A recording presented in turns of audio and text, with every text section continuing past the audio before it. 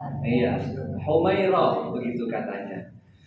Dalam bahasa Arab itu, Humairah itu terambil dari kata hamra yang merupakan bentuk kata tasghir katanya. Tasghir itu bisa jadi pertama untuk mengecilkan benda yang besar, yang kedua untuk menunjukkan kasih sayang. Jadi manggilnya itu bukan karena hanya pipinya kemerah-merahan, tetapi karena Rasulullah sangat sayang kepada Sayyidah Aisyah, sebagaimana sayangnya suami ibu-ibu yang datang pada siang hari ini. Alhamdulillah. Nah, juga kepada seorang anak. Rasulullah itu punya anak yang dijadikan anak angkat lah, yang dijadikan ini ya, khadim, pelayan. Namanya Anas. Kalau manggil Anas, Rasulullah nggak manggil Anas, bukan.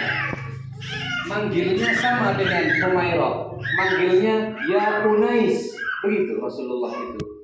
Unais juga tasghir. Tasghirnya di situ mengandung makna latafah, yaitu kasih sayang. Berarti Rasulullah menunjukkan kepada kita betapa sayangnya Rasulullah kepada istrinya dan juga betapa sayangnya Rasulullah kepada anak-anak. Oleh karena itu, Rasulullah sangat tidak suka terhadap kekerasan, kekasaran, baik terhadap istri, perempuan, dan juga kepada anak-anak. Nah, untuk berbicara lebih panjang, lebih jauh, lebih tinggi, dan lebih mendalam, di tengah-tengah kita, Bapak Ibu, sudah ada dua narasumber yang hebat-hebat. Ada Al-Ustadz Yudhistira dari STIBA, dari Stib Ibnu Sina, dan juga ada Dr. Fariha. Mungkin saya lagi. Amin. Dari Stib Ibnu Sina juga. Mari kita dengarkan bersama-sama sebuah kupasan yang mendalam tentang anti kekerasan terhadap perempuan dan anak. Yang pertama disampaikan oleh Ustadz Yudhistira. Falyatafadhal masykur.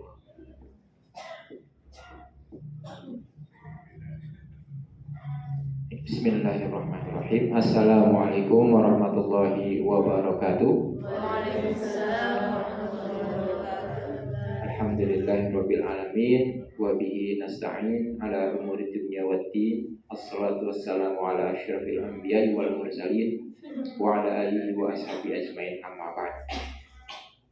Yang kami hormati Ketua Stib Ibnu Sina yang kesempatan hari ini dihadiri diwakili oleh Bu Fariha. Kemudian yang kami hormati pula Ketua Stibada Masjid Sunan Ampel Surabaya yang pada kesempatan hari ini diwakili oleh Ustadz Abdullah Syarif dan teman-teman. Kemudian Bapak Ibu hadirin dan hadirat dari Desa Pandansari, Poncokusumo, kemudian beserta mahasiswa sekalian KKN dari Stib Ibnu Sina dan Stibada. Di kesempatan hari ini kita awali dengan bersyukur kepada Allah tentunya, bahwasanya Allah masih memberikan kepada kita kesempatan kita bisa bersilaturahmi, kita bisa bertemu, bertatap muka. Kami yang kalau saya kebetulan dari Sumber Pucung, Bapak Ibu sekalian, kalau Pak Syarif dan teman-teman dari Surabaya dari jauh, kalau Bu Fariha dari Trenggalek, dari jauh, oleh Allah Subhanahu wa Ta'ala kita temukan di tempat seperti ini. Tentu ini bukan sesuatu yang kebetulan. Memang ini sudah direncanakan oleh Allah Subhanahu wa Ta'ala bahwa hari ini, detik ini kita bertemu. Dan insya Allah kita harap agar pertemuan ini menjadi pertemuan yang baik untuk kita semuanya, bagi kampus, bagi desa, dan bagi kita semuanya, Bapak Ibu sekalian. Kemudian tidak lupa pula selaku umat Nabi Muhammad, kita juga senantiasa panjatkan sholawat kepada beliau, sekiranya dan salam. Semoga kita betul-betul menjadi umat Nabi Muhammad, kita umat Muslim, umat Nabi Muhammad SAW. Semoga kita juga mendapatkan syafaat dari beliau di hari kiamat kelak. Kemudian Bapak Ibu sekalian, di kesempatan hari ini temanya karena kekerasan kepada perempuan dan anak, idealnya hal ini juga nasihat untuk diri saya sendiri tentunya juga sebagai laki-laki dan bapak-bapak juga mahasiswa-mahasiswa yang di sini, karena biasanya yang melakukan kekerasan itu adalah kaum laki-laki. Meskipun di beberapa kasus ada laki-laki yang dihajar atau dikerasi oleh perempuan, ada.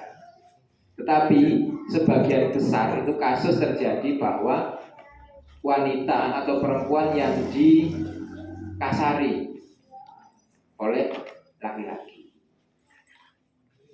Tentu ini bukan sesuatu yang baik seandainya itu terjadi, tetapi meskipun itu tidak baik, hadirin sekalian, Bapak Ibu sekalian, ini banyak sekali terjadi di lapangan, di data yang sempat kita dapatkan terhadap jumlah kasus kekerasan kepada perempuan ini yang dilaporkan ke Komnas untuk perlindungan wanita, perlindungan perempuan dan anak di Jawa Timur. Di tahun 2017 ada 1026 kasus. Jadi ini kasus yang dilaporkan. Dan tentu saja yang tidak dilaporkan mesti lebih banyak. Karena istilahnya seperti efek gunung, ya kan? Gunung itu yang kelihatan, gunung salju di atas laut itu kan yang kelihatan sedikit. Tapi sebenarnya di bawah yang tidak dilaporkan ke polisi, yang tidak dilaporkan ke Komnas, yang tidak dilaporkan ke pihak yang berwajib itu mestinya sangat banyak sekali.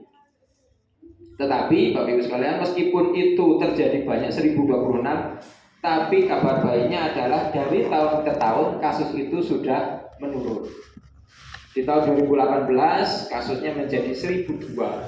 Kemudian di 2019 1000 kasus, 2020 ada 924 dan tahun 2021 ada 901 kasus. Artinya ini kasusnya yang dilaporkan semakin menurun dan kita berharap bahwa di bawah, di grassroots, kasusnya juga tidak bertambah, malah justru menurun. Karena ini berbanding lurus dengan kesadaran dari kaum laki-laki, juga tentunya kesadaran dari keluarga dan lain sebagainya, masyarakat juga, bahwasanya meskipun laki-laki diciptakan, kalau di dalam agama Islam ada istilah ar-rijalu qawwamuna 'alan nisa, laki-laki pemimpin bagi perempuan, tetapi pemimpin yang tidak semena-mena. Kesadaran-kesadaran itu semua sudah muncul dan kesadaran-kesadaran itu sudah ada. Dan harapannya adalah tentu hal itu kita ajarkan kepada anak-anak kita, generasi kita, kepada siapapun. Bahwasanya kekerasan di dalam keluarga, apapun alasannya tentu tidak baik. Kalau kita kaitkan dengan ajaran agama Islam, di surat An-Nisa itu memang ada ayat ketika ada gambarnya seperti di An-Nisa, jangan bisa cek Bapak Ibu nanti kalian di Al-Quran.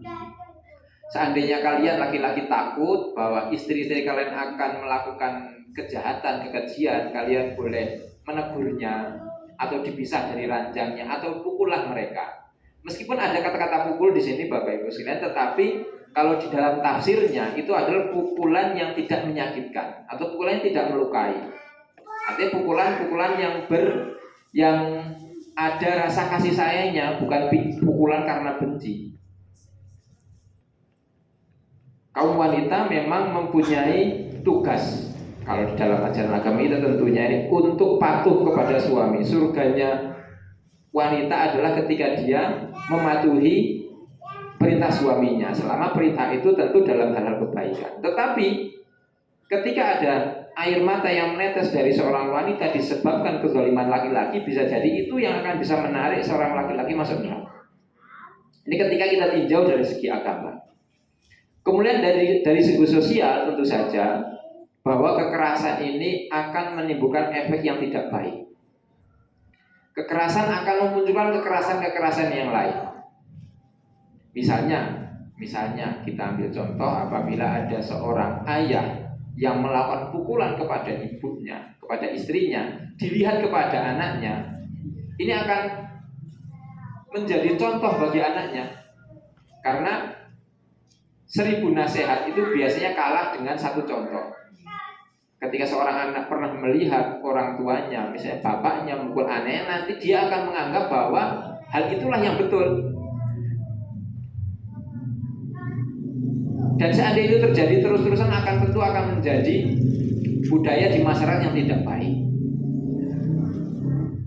Kemudian Bapak Ibu sekalian, untuk kekerasan itu tentu banyak sekali bentuknya. Kekerasan kepada wanita itu banyak sekali bentuknya.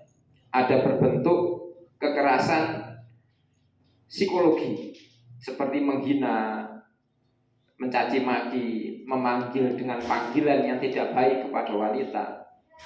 Ini wanita pada umumnya tidak hanya khusus kepada istrinya saja, tapi secara umum kepada wanita-wanita yang ada di sekitarnya. Karena memang kalau dari sisi psikologi, laki-laki itu mempunyai ego yang tinggi.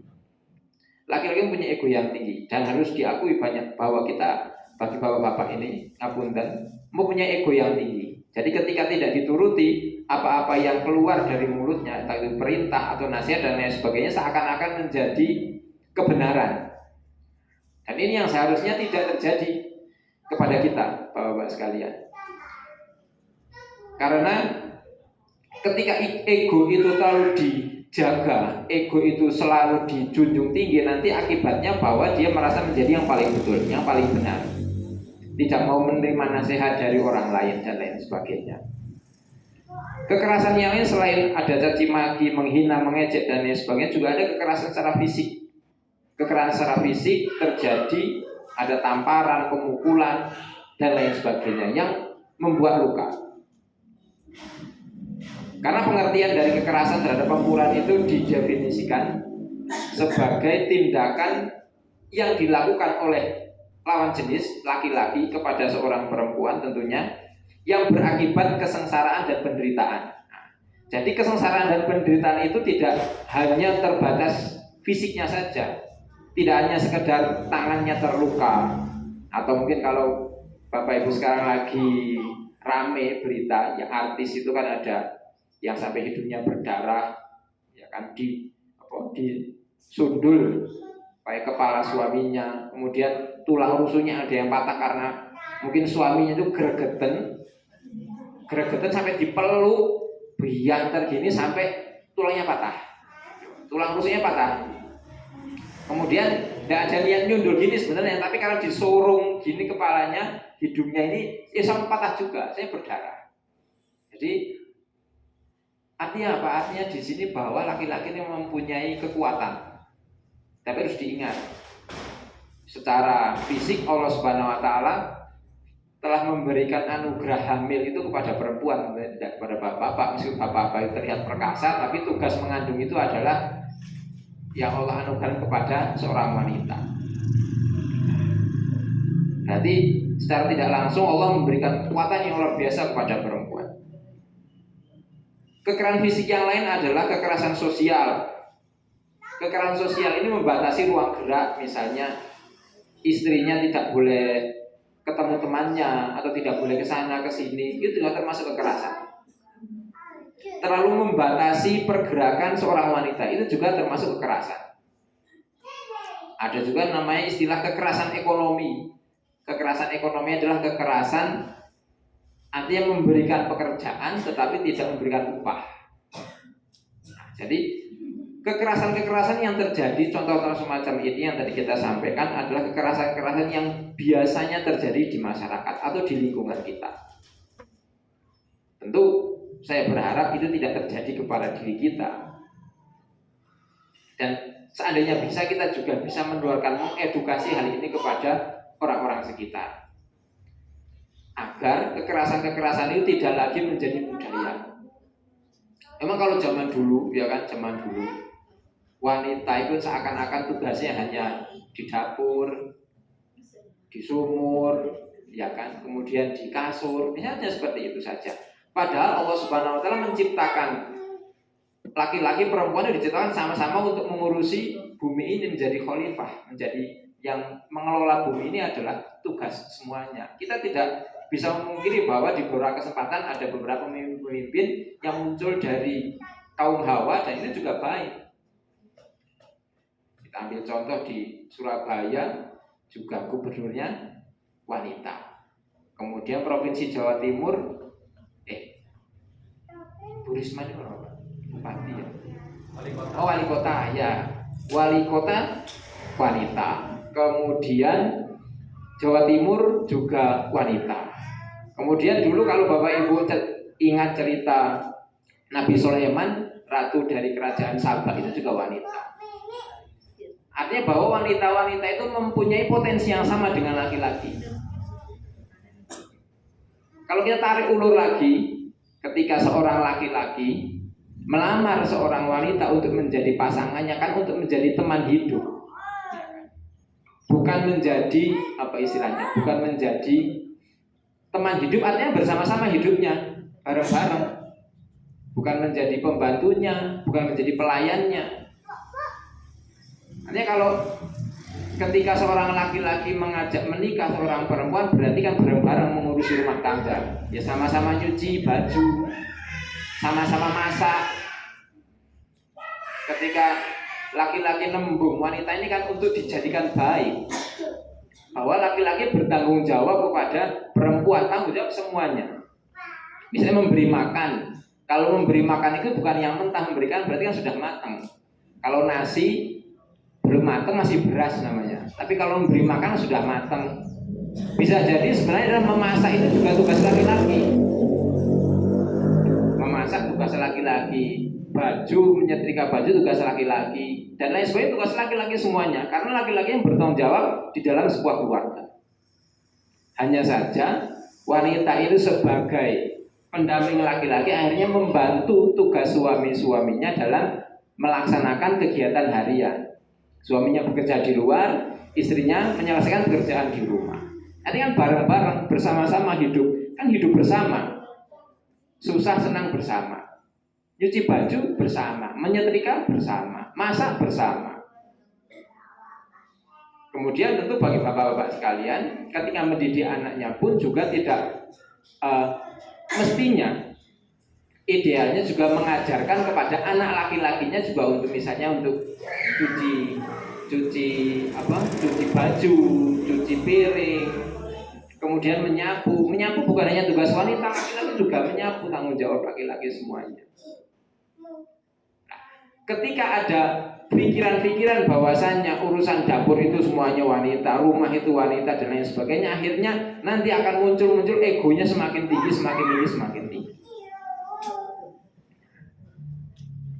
Seperti yang saya sampaikan tadi, bahwasannya memang tugas perempuan itu adalah di dalam sebuah keluarga adalah mengabdi kepada suaminya. Tetapi tanggung jawab keluarga semuanya adalah pada laki-lakinya.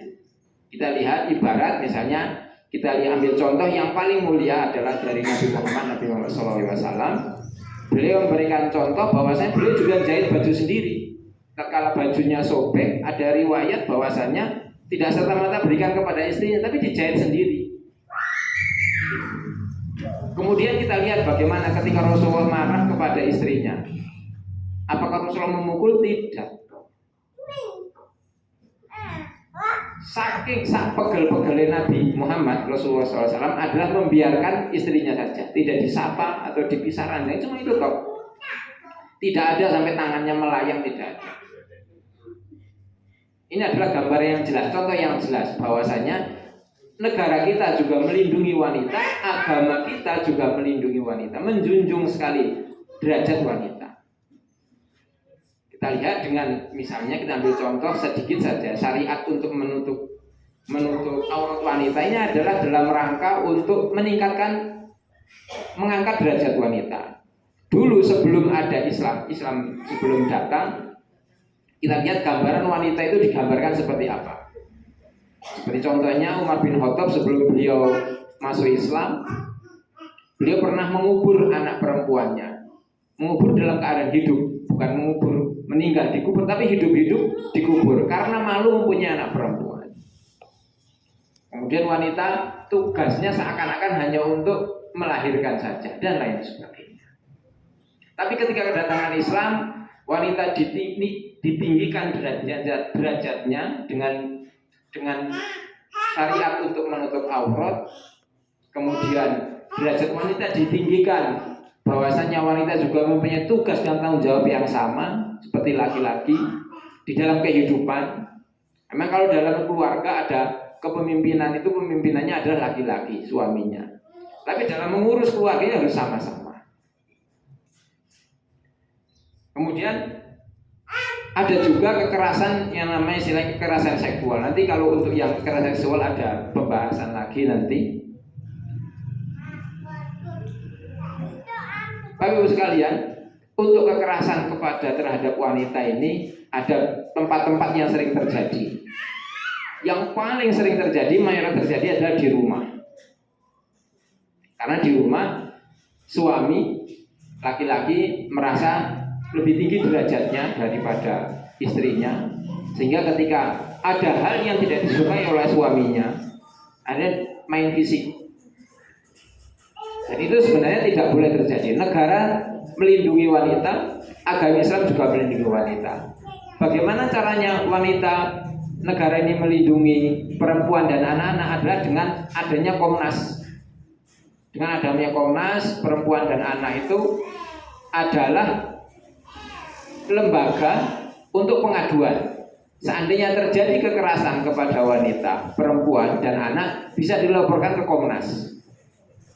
Dan dari agama tentu saja perlindungannya sangat baik sekali dari syariat, bahwa tidak boleh, meskipun ada perintah untuk memukul, tapi memukul yang tidak menyakitkan, bukan pukulan yang menghancurkan sampai berdarah atau melukai, tidak boleh.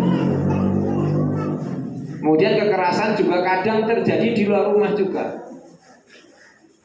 Yang paling terjadi adalah antar hubungan ini, suami dan istri, itu paling terjadi, paling sering terjadi. Kalau antara atasan dan bawahan hanya terjadi beberapa, tapi tidak terlalu banyak. Yang paling banyak adalah kekerasan antara yang dilakukan oleh seorang suami kepada istrinya. Sehingga hal-hal semacam ini harus kita sosialisasikan, harus kita pahamkan bersama-sama bahwasannya tidak ada hal yang memperbolehkan, tidak ada alasan yang memperbolehkan seorang laki-laki untuk bertindak kekerasan kepada perempuan, meskipun itu kepada istrinya ataupun juga kepada anaknya.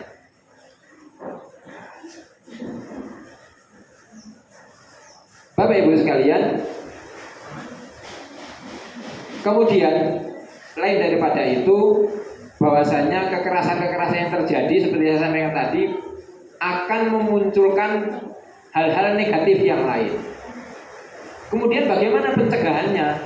Untuk mencegah hal ini terjadi, yang pertama adalah kesadaran.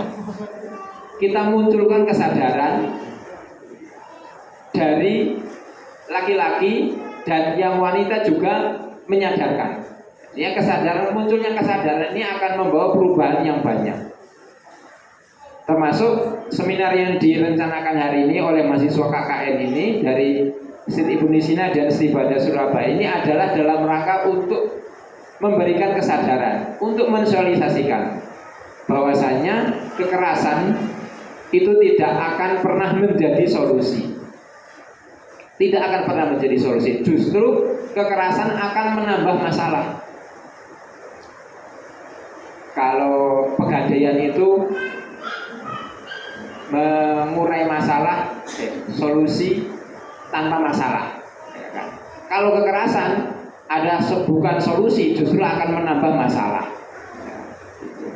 Jadi tidak ada, perlu kita pahami bahwasanya, dan perlu saya ulangi sekali lagi bahwasanya tidak ada kekerasan yang akan menjadi solusi. Pasti kekerasan itu akan menambah masalah. Baik itu kekerasan yang dilakukan laki-laki kepada perempuan, atau perempuan kepada anaknya, atau laki kepada anaknya, orang tua kepada anaknya, dan lain sebagainya, semuanya tidak akan pernah menjadi solusi. Sehingga dari sini mari kita bersama-sama menjadi agen perubahan untuk mensosialisasikan di masyarakat kita, kepada tetangga, kepada penerus kita, anak-anak kita, bahwasanya tidak ada lagi kekerasan yang terjadi di rumah kita, di lingkungan kita. Kita awali dari rumah kita dulu. tidak ada lagi kekerasan di dalam rumah.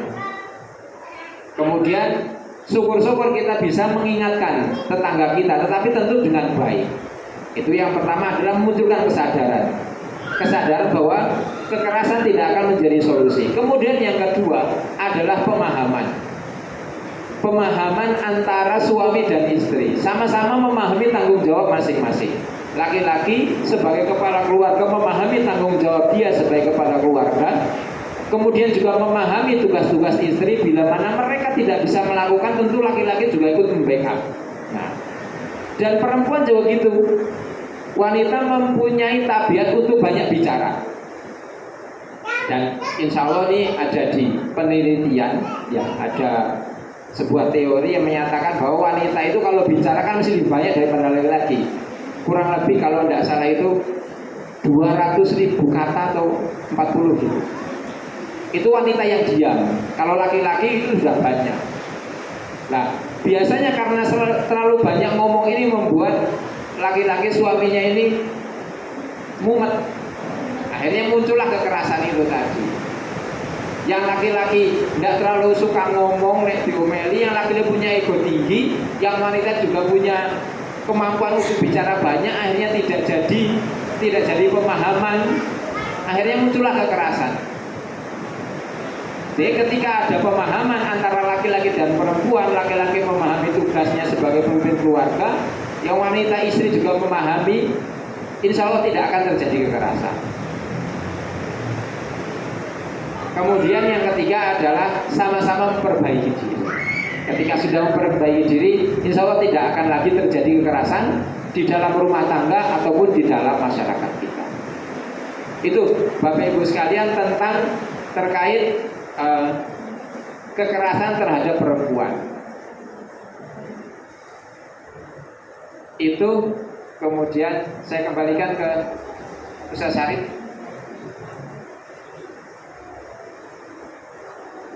Baik Bapak Ibu sekalian, demikian yang disampaikan oleh Ustadz Yudi Stira tadi tentang kekerasan terhadap perempuan, dan akan ditambahkan materi ini oleh Ustazah Fariha. Kepada beliau dipersilakan.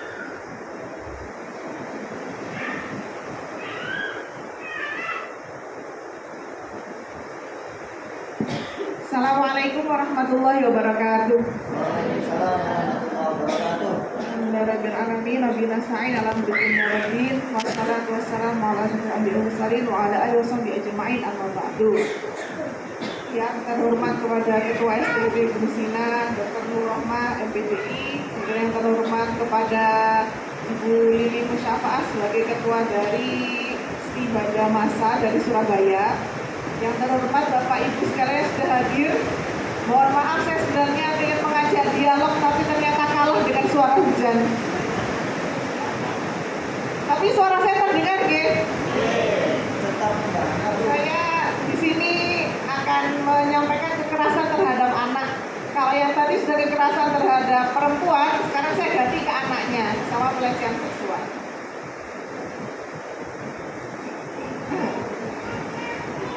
Jenengan pernah dengar orang tua durhaka atau anak yang durhaka?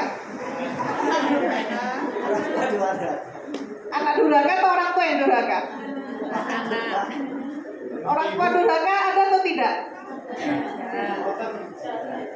Kalau anak durhaka?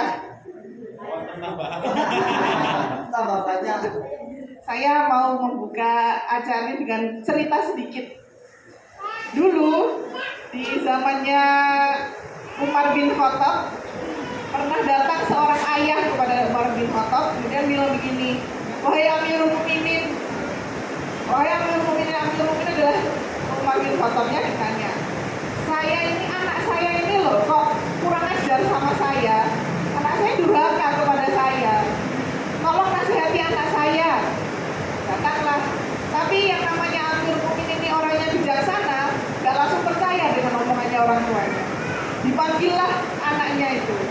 Anaknya datang, kemudian orang tuanya atau ayahnya juga datang. Kemudian ditanya, benar kamu durhaka kepada orang tuamu, apa yang kamu lakukan? Anaknya malah balik bertanya, sebelum kewajiban orang tua kepada anak itu apa saja? Jawablah oleh Amirul Mukminin.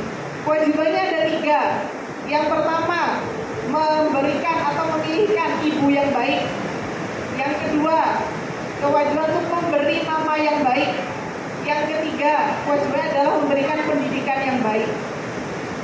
Anaknya akhirnya bilang begini, saya tidak dapat 3-tiganya, saya tidak dapat dari ayah saya. Akhirnya Amirul Mukminin atau Umar bin Khattab akhirnya malah marah kepada ayahnya.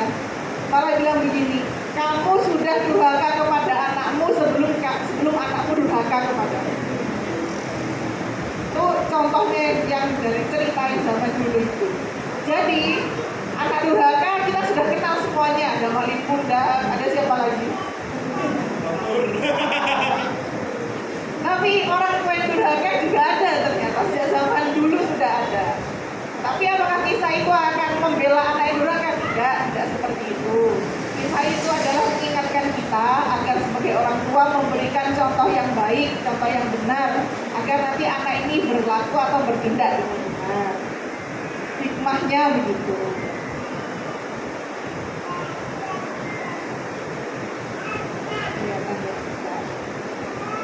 Sekarang saya lanjutkan.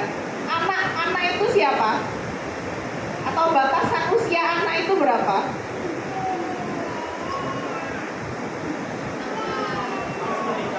Hah? Sampai menikah. Ada yang berapa sampai menikah? Ada lagi? Maaf ya, saya nggak dengar suaranya kalau dengan hujan. Saya carikan ini dari undang-undang.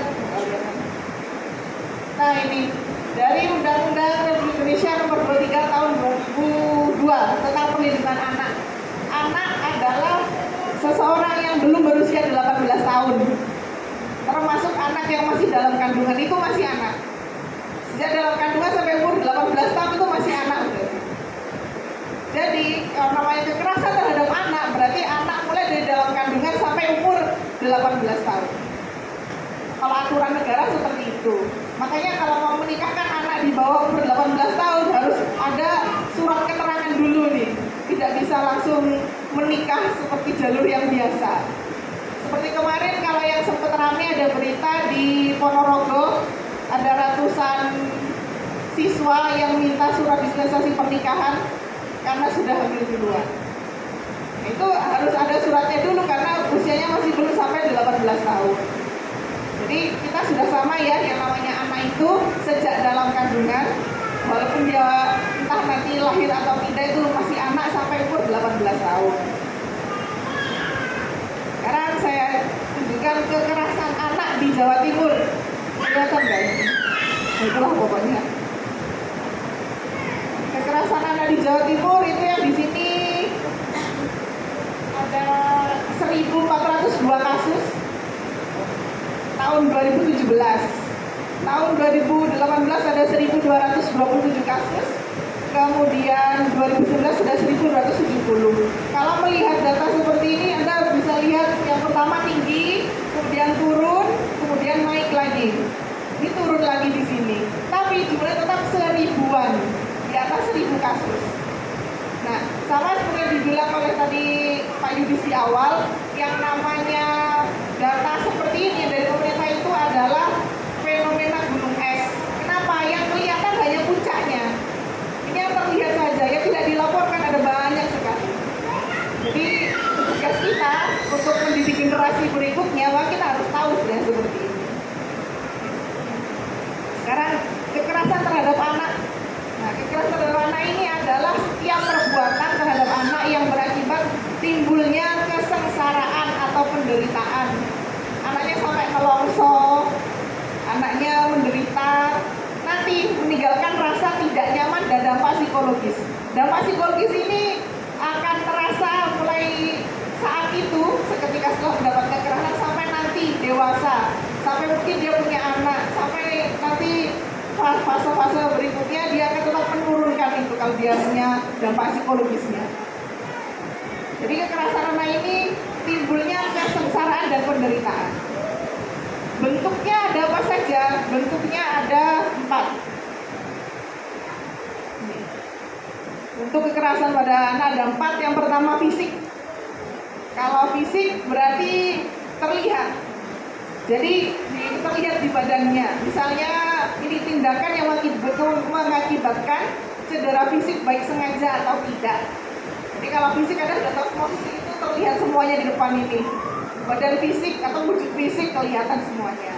Kemudian yang kedua adalah psikis. Psikis ini adalah yang ada dalam otaknya atau di dalam benaknya. Seperti dampak psikologis misalnya malu, misalnya merasa minder, takut, itu kan berarti psikisnya kan nggak kelihatan. Anda kan nggak bisa membedakan orang yang takut dengan tidak kalau cuma lihat seperti ini. Kalau Anda lihat saya, Anda tahu nggak kalau saya sekarang sedang takut?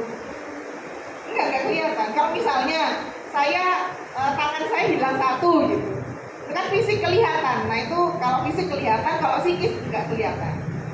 Kemudian yang ketiga adalah penelantaran. Jadi anaknya ditelantarkan.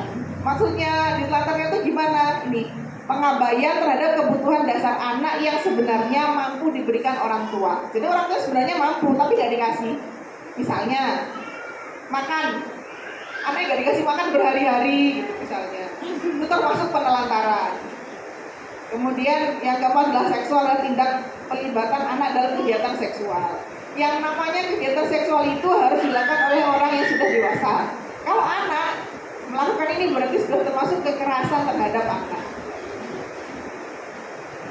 Nah ini sekarang saya contohkan yang fisik.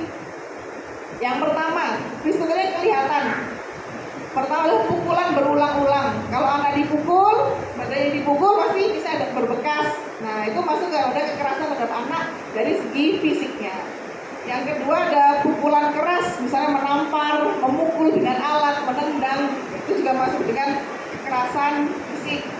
Kemudian yang ketiga menimbulkan luka bakar atau luka kena air panas atau mungkin disundut sama rokok. Nah itu kelihatan tuh bekasnya, berarti itu adalah kekerasan secara fisik.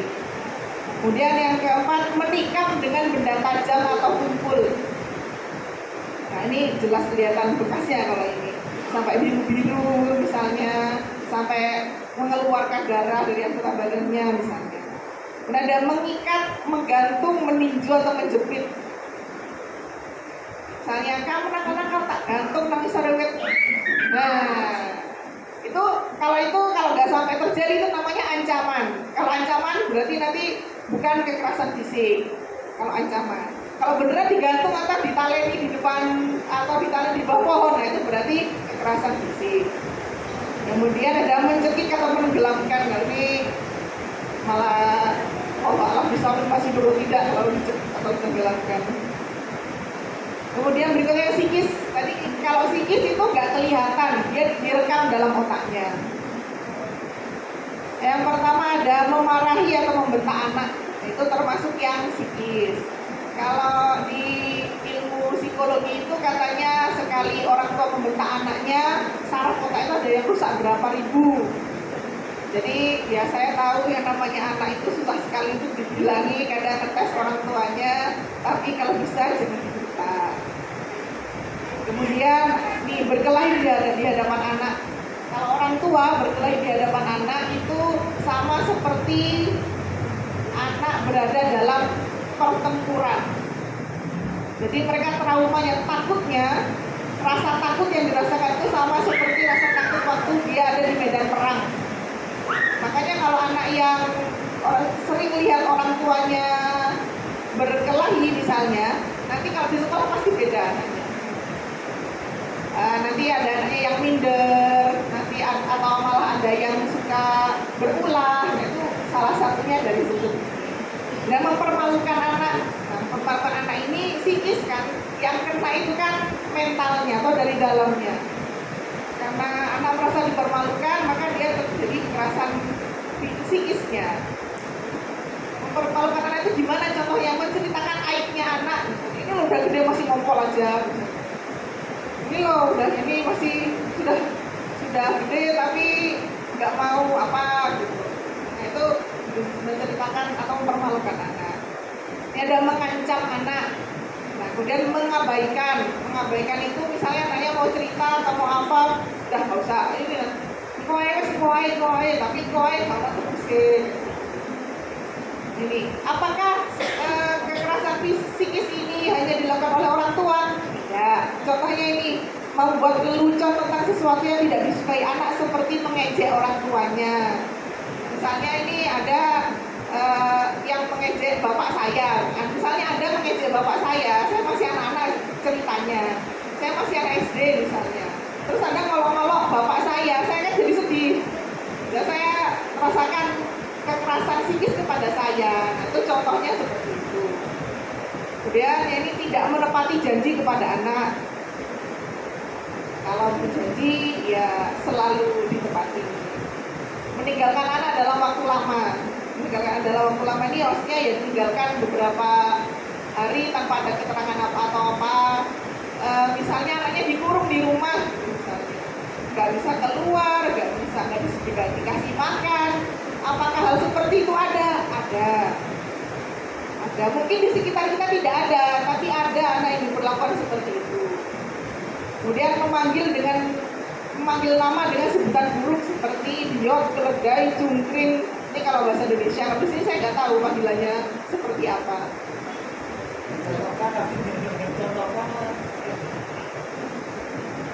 Nah, sekarang saya ke penelantaran. Nah, kalau menelantarkan anak, berarti ini contohnya tidak memiliki penghasilan cukup untuk anak-anak di rumah. Kemudian yang kedua, tidak mengecek apa yang dilakukan anak saat menggunakan internet. Nah, internet ini efeknya ada dua, ada positif sama negatif, ada baik, ada buruknya. Kalau orang tua tidak ngecek HP-nya anak-anak itu, atau kita nggak tahu anak-anak ini ngapain saja dengan HP-nya, bisa jadi anak-anak ini akan terjerumus kepada pergaulan yang berbahaya. Itu bisa terjadi. Kalau misalnya dengan saya nggak paham itu anak main HP itu main apa saja, berarti Anda bisa tanyakan kepada orang lain atau tetangga yang lebih muda atau lebih mengerti. Yang ketiga, tidak tertarik membicarakan kegiatan-kegiatan anak. Kegiatan anaknya ngapain aja, pokoknya yang penting anak saya hidup, sehat, nggak sakit. Nah, tapi kalau begitu anaknya nggak akan cerita sama orang tuanya. Misalnya di sekolah dia dipukul sama temennya, terus dia apakah cerita sama ibunya? Pokoknya nggak akan cerita, karena nggak pernah dengarkan ceritanya. Berarti kalau sudah begitu, nanti kalau anaknya terkena sesuatu yang berbahaya, baru orang tuanya yang bingung, kok bisa begini, karena orang tuanya nggak pernah mendengarkan anaknya bercerita. Ini membuat ruang ramah anak di dalam dekat kolam besar dan tidak ada pelindungnya. Jadi misalnya dengan di rumah itu ada benda-benda yang berbahaya, itu dijauhkan dari jangkauan anak-anak. Ini menaruh obat-obatan racun di tempat yang terjangkau oleh anak-anak. Misalnya racun tumbuhan, ya jangan ditaruh di dekat pintu atau misalnya bisa dijangkau oleh anak-anak. Kalau keminum dan orang tuanya nggak tahu, nah ini tidak menunjukkan kasih sayang terhadap anak-anaknya. Ya, ditujukanlah kasih sayang kepada anaknya. Gimana caranya menunjukkan kasih sayang kepada anak-anak? Bagaimanakah caranya? Kan dengan semua sudah punya anak, rata-rata sudah punya anak, rata-rata sudah punya anak. Cara menunjukkan kasih sayangnya kepada anak gimana? Berikan HP. Tidak bisa diungkapkan. Oh, nggak bisa diungkapkan. Itu Pak harus bisa diungkapkan dengan kata-kata. Kan anak nggak tahu orang tuh sayang sama saya atau enggak sih. Kalau nggak diungkapkan dengan kata-kata. Jadi kalau misalnya sayang sama anaknya, dia bilang, ibu sayang kan, ambil kowe dong, diungkapkan gitulah. Kan orang tua nggak tahu, ini orang tua saya ini ngasih saya semuanya, tapi ini saya atau nggak sih sebenarnya sama saya. Saya tuh kepengen kalau cerita didengarkan, tapi orang tuanya, oh ini tak kasih HP, main sama HP-nya sendiri. Selanjutnya, yang seksual. Kekerasan terhadap anak secara seksual. Yang pertama adalah perkosaan atau percobaan perkosaan. Ya, karena ini sudah umum lah, info tentang ini sudah banyak yang Anda tahu. Yang kedua, mengambil foto telanjangan, foto-foto anak telanjang. Ini juga termasuk dengan kekerasan seksual terhadap anak. Kemudian melihat pornografi anak, jadi gambar-gambarnya anak yang yang telanjang, yang apa itu termasuk pornografi ya gambar. Kemudian menunjukkan pornografi ke anak-anak. Buat apa ditunjukkan ke anak-anak? Mereka itu belum waktunya. Kemudian membuat lelucon bersifat seksual. Melihat foto atau video telanjang seorang anak, ini juga video ini untuk apa? Nggak perlu. Nah, ini menyentuh anak di bagian pribadinya. Ini juga termasuk kekerasan terhadap anak. Makanya kalau di sekolah atau di PAUD diajari yang boleh menyentuh bagian pribadi hanya orang tua saja. Bagian pribadi itu yang mana? Bagian pribadi itu kalau anak diajar adalah yang tertutup baju dalam. Yang boleh pegang hanya anaknya dan kedua orang tua. Kalau di PAUD atau di TK biasanya ada lagunya yang mengajar itu. Kemudian membuat anak menyentuh bagian pribadi orang dewasa. Ini juga termasuk kekerasan terhadap anak. Dampak kekerasan terhadap anak, apa dampaknya? Kalau misalnya itu tadi hanya beberapa contoh. Ya semoga kita semua tidak mengalami itu. Saya berharap kita semua gak mengalami itu, generasi berikutnya gak mengalami itu, anak-anak kita gak mengalami itu. Maka kita harus tahu dulu biar mereka itu gak terkena gitu maksudnya. Dampaknya kalau mereka terkena kekerasan itu ada dua, ada fisik sama mental. Kalau fisik itu bagian tubuhnya, kalau mental dalam otaknya. Fisik ada cacat tetap atau kematian. Nah, jadi kalau terkena kekerasan dampaknya bisa fisik, cacat tetap atau kematian. Kalau mental, nih, generasi yang lemah, yang agresif itu kasar, apatis itu bumbuan pokoknya. Pemarah, gampang marah sugetan. Kalau bahasa daerahnya sugetan. Kalau di sini apa ya namanya kalau gampang marah? Memuringan. Oh, memuringan, kayak senengannya muring-muring. Depresi, kemudian sikap merusak diri. Kalau di tempat saya itu dulu kalau ada anak yang misalnya anak SMP nih suka sama temennya, saya bikin tato di tangannya. Tato itu dari getah pohon apa gitu tulis di sini biar muncul namanya. Tuh mereka merusak dirinya sendiri karena sudah kena mentalnya. Kemudian ada prestasi menurun. Legitimasi kekerasan, legitimasi itu apa? Memahami atau memperbolehkan kekerasan. Dan atau pemicu tindak kejahatan lainnya. Jadi dampaknya ada di situ. Kemudian mengapa anak dan perempuan rentan kekerasan? Kenapa anak dan perempuan yang rentan kekerasan? Karena pola pikir anak yang sederhana. Mereka anak-anak itu kan kalau misalnya kita bicara seperti kertas yang masih polos itu kan mereka mau ditulis apa saja, di program apa saja, mereka ya mau-mau saja. Karena mereka nggak tahu kalau itu sebenarnya bentuk kekerasan.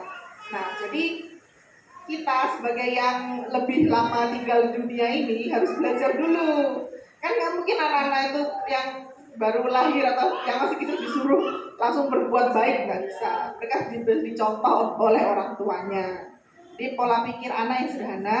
Yang kedua, anak dan perempuan dianggap objek atau hak milik karena dianggap seperti benda. Makanya ya nggak apa-apa. Makanya kalau KDRT itu pasti di area keluarga. KDRT atau misalnya kita melakukan kekerasan kepada tetangga, nggak mungkin. Kalau misalnya kenapa kita nggak pernah melakukan kekerasan kepada tetangga? Karena tetangga kalau sudah menjauhi kita ya sudah mereka menjauh. Tapi kalau keluarga, kalau suami, kalau istri, kalau anak, kita kasarin, mereka tuh tinggal sama kita serumah. Jadi ya makanya karena dianggap sebagai objek, maka terserah saya akan melakukannya seperti apa. Di sini ada ketimpangan gender. Gender itu adalah jenis kelaminnya. Jadi perbedaan antara laki-laki dan perempuan. Yang misalnya kalau dalam budaya kita atau masyarakat kita nggak apa-apa laki-laki itu nggak usah bersih-bersih rumah, nggak apa-apa nggak bisa masak, nggak apa-apa kalau misalnya nggak nyuci. Yang penting kan dia pintar cari duit. Gitu. Nah, kalau misalnya perempuan dia mau bersih-bersih semuanya, mau nyuci harus bisa karena perempuan tuh harus bisa semuanya. Padahal kalau menurut saya ya terserah, kalau Anda beda pendapat dengan saya, monggo saja. Kalau menurut saya yang namanya bertahan hidup seperti mencuci, bersih-bersih itu tugas dari laki-laki dan perempuan. Karena sama-sama bertahan hidup. Baru kalau sudah berkeluarga mungkin akan jadi pembagian tugasnya gimana.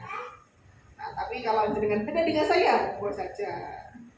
Kemudian di sini ada sikap permisif. Permisif itu masih adalah boleh-boleh saja atau dibiarkan saja. Sikap permisif masyarakat dan kurang paham kekerasan terhadap anak dan kekerasan terhadap perempuan.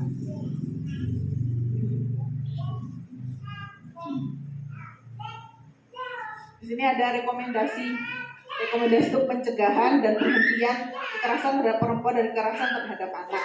Yang pertama, penguatan agensi Semana untuk mencegah KTP, kekerasan terhadap perempuan. Dan ini bukan ranah kita ini biarkan pemerintah. Peningkatan akses dan kualitas layanan ini dilakukan oleh desa ini misalnya. Ada program desa ramah perempuan dan anak. Nah, ini masuk ke sini. Akses kualitas layanan. Kemudian 3, peningkatan peran orang tua, keluarga, guru dan anggota masyarakat. Nah, di sini kita ada di sini.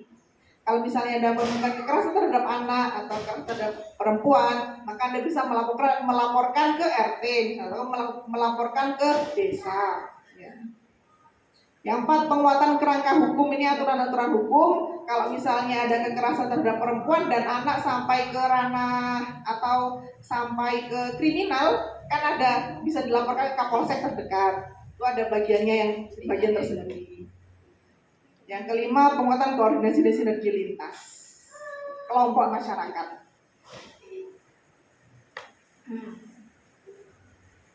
Saya lanjutkan, yang selanjutnya adalah kekerasan seksual. Kekerasan seksual itu apa? Ini kekerasan seksual adalah setiap perbuatan yang bersifat fisik atau non fisik mengarah kepada tubuh dan atau fungsi alat reproduksi secara paksa dengan ancaman tipu muslihat atau bujuk rayu, yang punya atau tidak punya tujuan tertentu untuk mendapatkan keuntungan yang berakibat penderitaan atau kesengsaraan secara fisik, psikis, seksual, atau kerugian secara ekonomis. Jadi yang saya cetak tebal ini yang perlu kita pahami pada tubuh dengan ancaman tipu muslihat atau bujuk rayu, akibatnya penderitaan atau kesengsaraan secara fisik, psikis, atau seksual. Kemudian kekerasan seksual yang diatur dalam Undang-Undang PPKS ini, Undang-Undang Tindak Pencegahan Kekerasan Seksual. Yang pertama pelecehan seksual non fisik, misalnya diancam masuk ke sifat non fisik kan, nggak kena ke tubuh. Kemudian pelecehan seksual fisik seperti pemerkosaan. Kemudian pemaksaan kontrasepsi. Kontrasepsi itu apa? Kontrasepsi itu KB, dipaksa untuk ber-KB misalnya, itu bisa masuk ke kekerasan seksual. Pemaksaan sterilisasi. Sterilisasi ini juga termasuk dengan kekerasan seksual. Kalau misalnya Anda secara sadar dan yakin sudah didiskusikan dengan pasangan mau steril, silakan datang ke dokter spesialis kandungan misalnya. Tapi kalau misalnya dipaksa, berarti bisa masuk ke kekerasan. Ada pemaksaan perkawinan. Jadi misalnya ada anak, tadi kan anak kan batasnya sampai umur 18 tahun. Kalau ada anak yang dipaksa untuk menikah di bawah 18 tahun, berarti dia bisa masuk ke kekerasan seksual. Dan penyiksaan. Ada eksploitasi itu untuk kepentingan ekonomi. Kemudian ada perbudakan seksual dan kekerasan seksual berbasis elektronik. Nah, kalau berbasis elektronik ini berarti dari HP, dari sosial media. Maka orang tuanya yang harus menyaringnya dulu.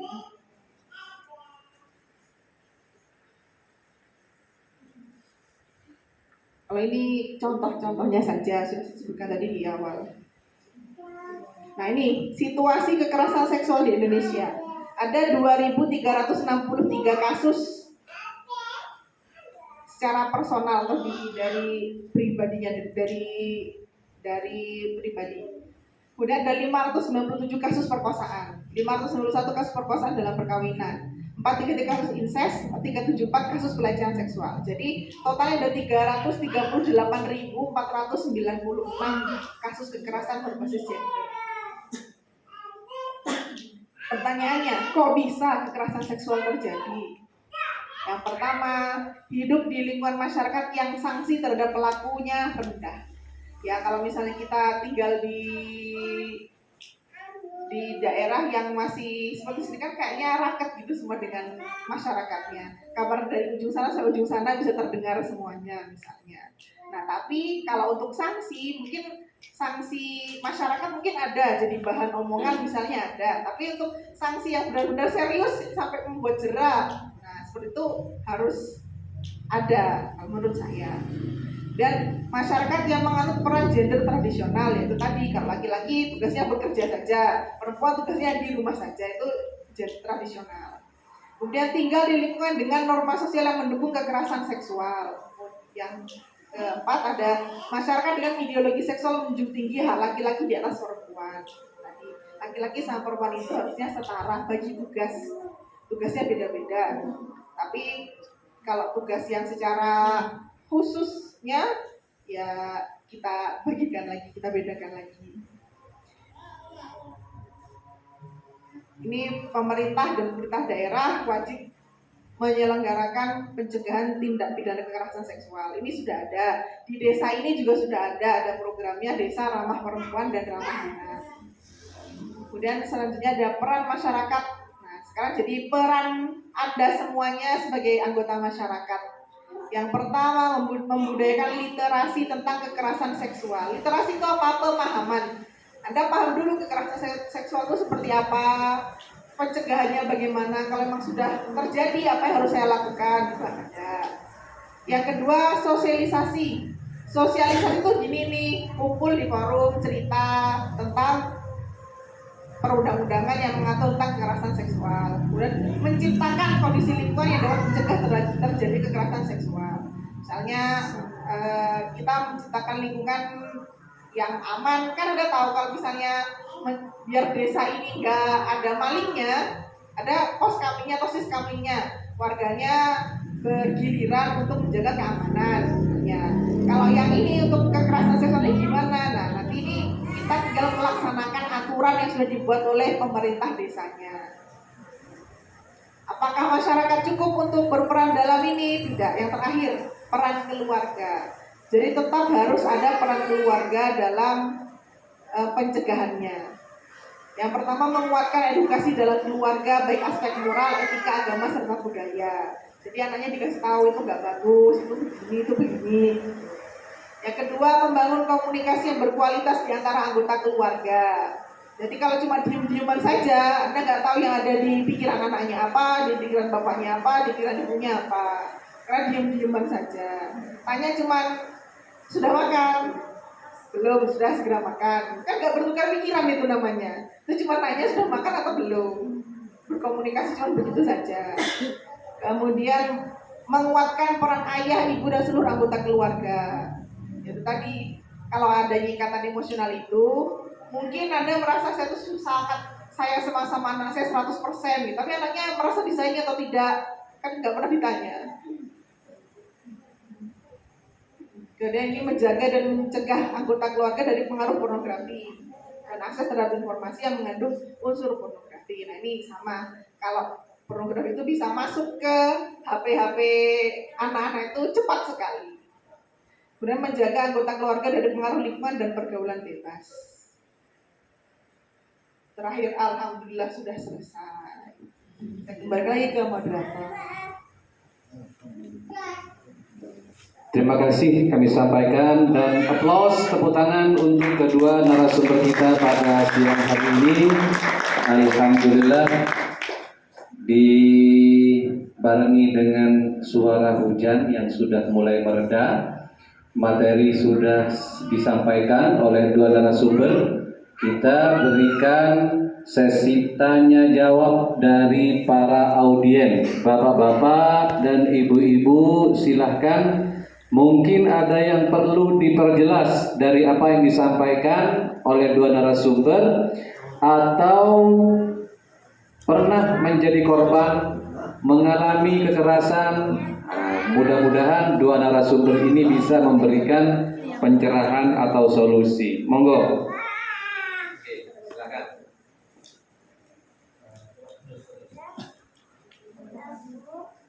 Assalamualaikum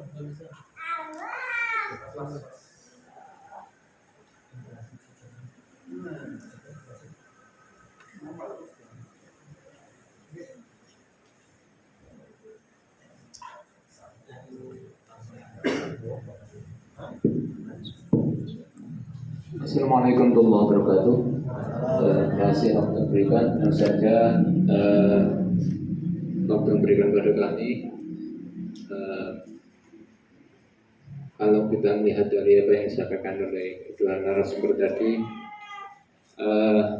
kami cuma terima kasih. Mungkin yang saya sampaikan ini melihat yang kami sampaikan kondisi terkini di desa kita. Kebetulan saya termasuk di tim pelindungan ramah perempuan dan peduli anak. Ini perlu saya sampaikan, kebetulan di desa kita ini baru tahun kemarin dan akhir tahun 2022 dicanangkan sebagai desa ramah perempuan dan anak. Jadi kebetulan di Kecamatan Tendosmi ini ada 2 desa, di desa kita ini Bangsari dan 2 di desa Kukelaka. Yang perlu kami sampaikan kepada semuanya, termasuk ini yang datang banyak dari ibu-ibu muda, dan ini harapan kita memang ke depan kerjasama dari semuanya dengan semua pihak. Dan terima kasih pada dari Ibu Sina dan Istibada yang kebetulan awal dari materi yang disampaikan ini kita ngomong kita ada pendampingan terhadap kinerja kita di tim peduli ramah perempuan dan anak dan peduli anak. Ini artinya apa?